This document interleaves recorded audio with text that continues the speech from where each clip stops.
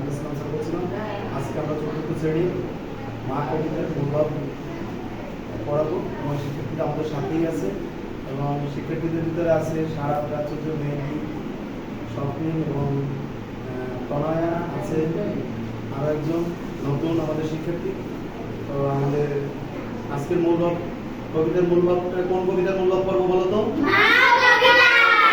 মা কবিতার কবির নাম কি? এবার আমি যেভাবে পড়বো তোমরা ঠিক সেইভাবে পড়ার চেষ্টা করবে এবং তাইলে খুব সুন্দরভাবে মুখস্থ হবে। এবার আমরা লেখাটা যখন লিখবো আমরা প্রত্যেকটা লেখার মাঝখানে একটু স্পেস রাখবো, একটা জায়গা রাখবো, তাইলে আমাদের লেখাগুলো খুব সুন্দর হবে।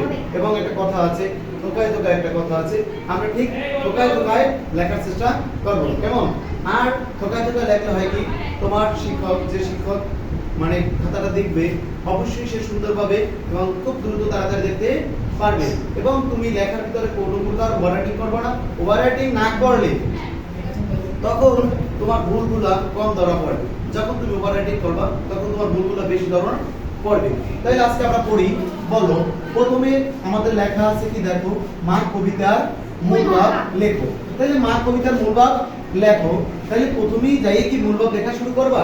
না, প্রথমে কি লিখবা বলো তো? প্রথমে লিখবা মূলভাব। প্রথমে কি লিখবা? মূলভাব।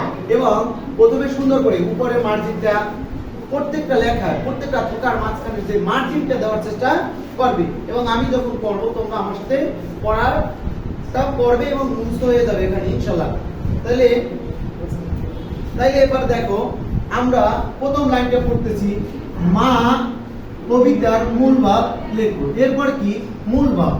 আমাদের সবার জীবনে মা কথাটি একটি মধুমাখা নাম। তাহলে বলো তো প্রথম লাইনটা কি আছে?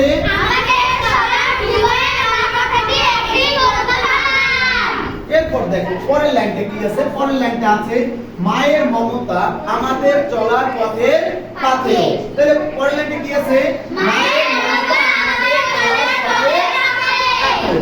এরপর বলছে কি? এরপর তৃতীয় লাইনটা আছে কি দেখো, শৈশবে মা আমাদের গভীর মমতায় লালন করেন। তাই শৈশবে আমাদের মা কিভাবে লালন করেন? গভীর মমতায় লালন করেন। তাহলে এটা পড়ো তো, বলো। শৈশবে মা আমাদের গভীর মমতায় লালন করেন। এরপর চতুর্থ লাইনটা, এরপর প্রত্যেকটা লাইনের শেষে তোমরা কি দেবা? দাড়ি দেবা। এখন শিক্ষকের মাঝে মাঝে ভুল হইতেই পারে, তো তোমরা তো ভুলটা করা যাবে, তোমাদের ভুলটা করা যাবে না। এরপরে ভালোভাবে লেখাপড়া করলে জীবনে সফল হলে মা খুশি হন। তাহলে ভালোভাবে লেখাপড়া করলে জীবনে সফল হলে কে খুশি হন বলো তো? তাহলে এই লাইনটা পড়ো তো, কি বলছি আমি?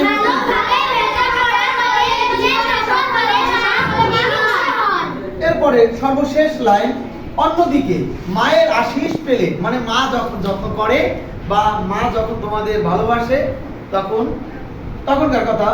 তাইলে অন্যদিকে মায়ের আশীষ পেলে সন্তানের দুঃখ ঘুচে যায়। তাহলে শেষ লাইনটা কি বলো তো? এবারে তোমরা পড়বে এবং ছাড় সেটা তোমাদের, তোমরা যে একবারে কি সুন্দর পড়তে পারো সেটা তোমাদের শুনবে। তাহলে এবার বলো তো, একদম প্রথম লাইন থেকে একবারে তোমরা পড়ে যাওয়া, বলো তো।